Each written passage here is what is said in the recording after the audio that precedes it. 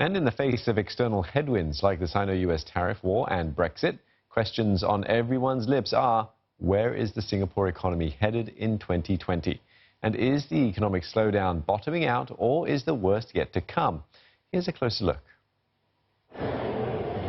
The manufacturing sector has been in negative territory for 3 quarters, but a 37-year-old manufacturing firm claims it's bucking the trend. Singaporean firm Fong's Engineering and Manufacturing says sales are up by 10% from last year, while productivity has also risen by 60%. It attributes its success to having overhauled its factory last year to a smart one, with robots that can work round the clock, producing medical diagnostics devices and surgical adapters. Their workers have been retrained to man the robots.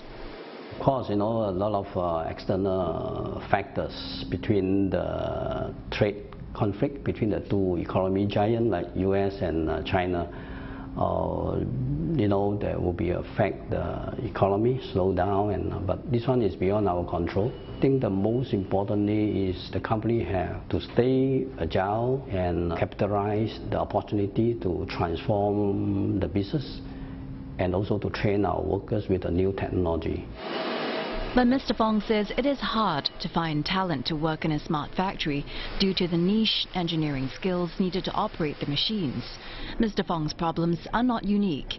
In the latest Labour report, the Manpower Ministry raised the issue of workers not having the right skills for some jobs. And this jobs mismatch is seen across different sectors.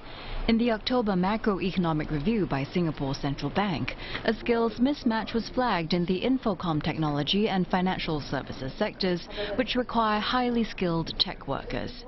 MOM said that there are more people unable to find a job that fits their skill set, leading to a rise in unemployment.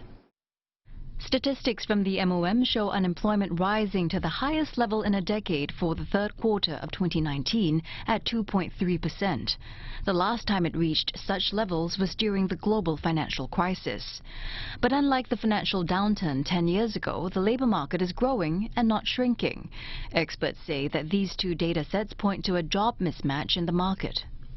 We are seeing new jobs being created, but the local labour market may not be able to generate the kind of labor that are being created at this juncture. So people are generally still able to find work, though they took a while longer to find work itself. So that creates the kind of growth momentum. For 2019 and 2020, the Monetary Authority of Singapore expects wage growth to be lower compared to 2018, underlining the urgency for workers to upskill themselves as firms get more selective in the uncertain economic climate. Essentially, there is still a fair bit of caution on the business front in terms of fresh hiring intentions.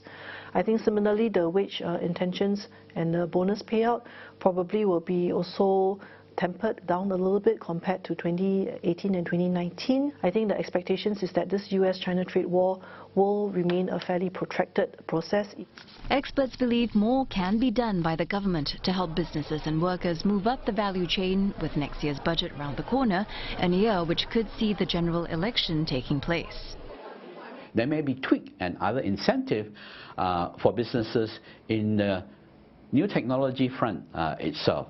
For instance, there is plenty of interest on the fintech side itself. We are seeing a lot of interest in green financing. We're seeing a lot of interest still in perhaps both green tech financing, for instance, as well. So that side, new businesses will always continue to be looked at to see how they can be further supported. We have already seen, all the skills upgrading, reskilling initiatives. So probably some enhancements to some of these schemes to encourage Singaporeans to continue on their journey of lifelong learning and upgrading of their skills will probably be there. Whether there will be new skills to help displaced workers, I think that one will need to wait and see whether it actually materializes. The experts say the government will need to be more measured when considering support to tide over topical issues like trade tensions over its long-term nation-building goals.